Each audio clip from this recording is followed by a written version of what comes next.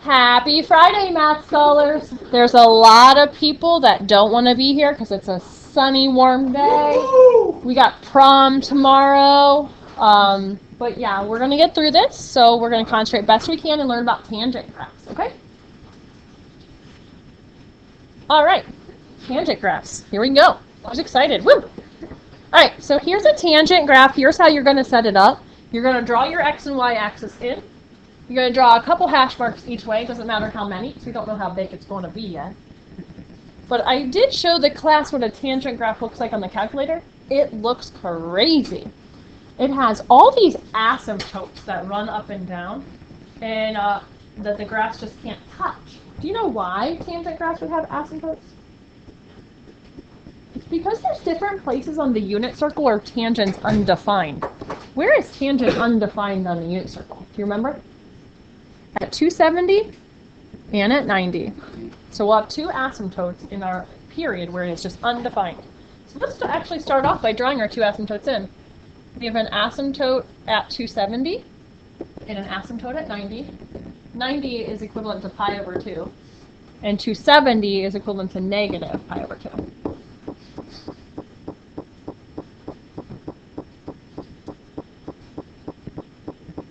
If you would take tangent of 0, you would get 0. So our tangent graphs are always going to run through the origin. And now you got to be a good artist and just draw yourself a tan wave, kind of like you saw in the calculator. Looks like this.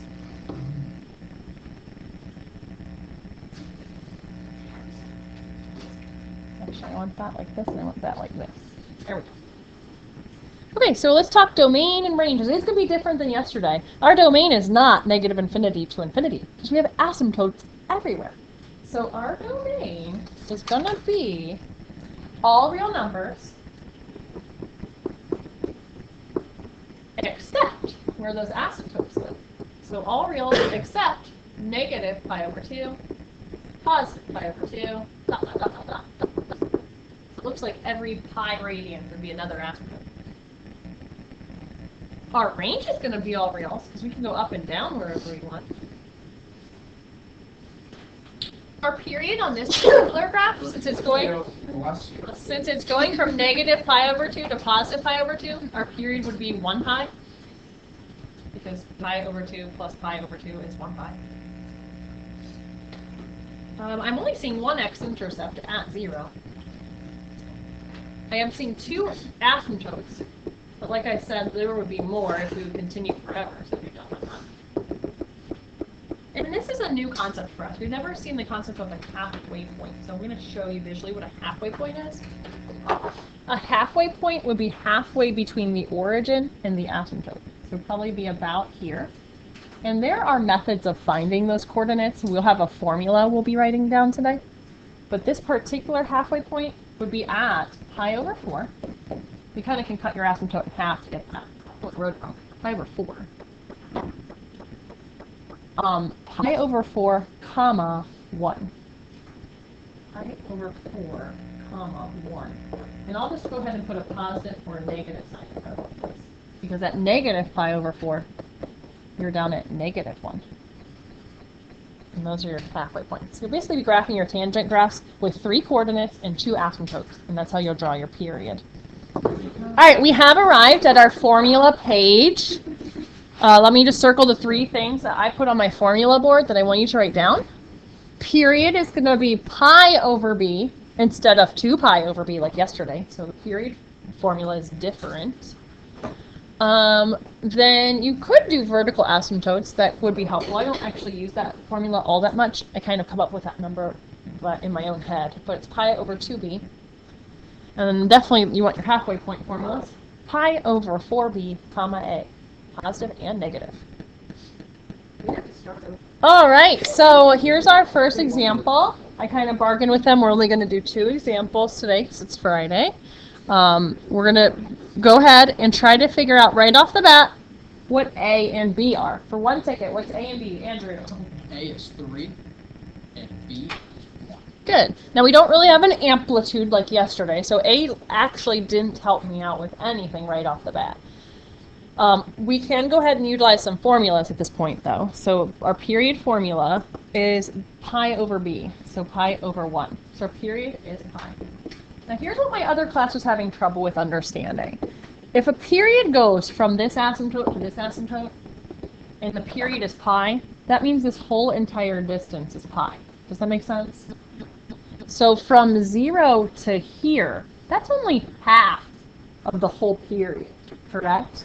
So how would I label this? Pi over 2, because I have to cut the period in half. Cool. And then this would be, and of course, negative pi over 2, because they're reflection images. At this point, I can just chat with you that we're definitely going to be going through 0, 0, so I can answer the question of x-intercept. That was easy. We already got our asymptotes, pi over 2 and negative pi over 2. We'll do dot, dot, dot, because there would be more. We would do more periods. Time to do our halfway point formula. So the halfway point formula works like this.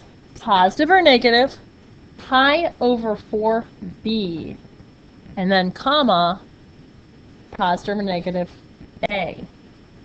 So basically we would have two halfway points. We would have pi over 4, comma 3, and negative pi over 4 with negative 3. So label, how did I get that? Using my formula. So the formula is pi over 4 times b, and b is just a 1. So. Oh no, 4 times 1. This is 4 times 1. That's what she was having trouble seeing. So pi over 4, I'll go up to 3 and make a dot. And at negative pi over 4, I'll go down to negative 3 and make a dot. And those are my 3 dots for me to connect with my smooth tangent curve. Alright, the students are super mad. I said we were doing 2 examples. I lied. We're doing 3.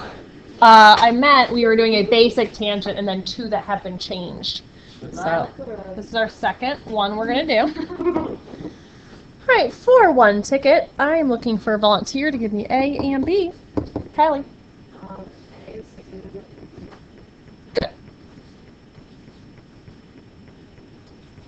Let's start our journey off with a period formula.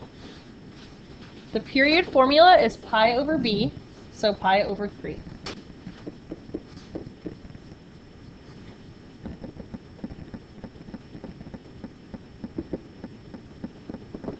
So if this whole entire distance measures pi over 3, Sierra?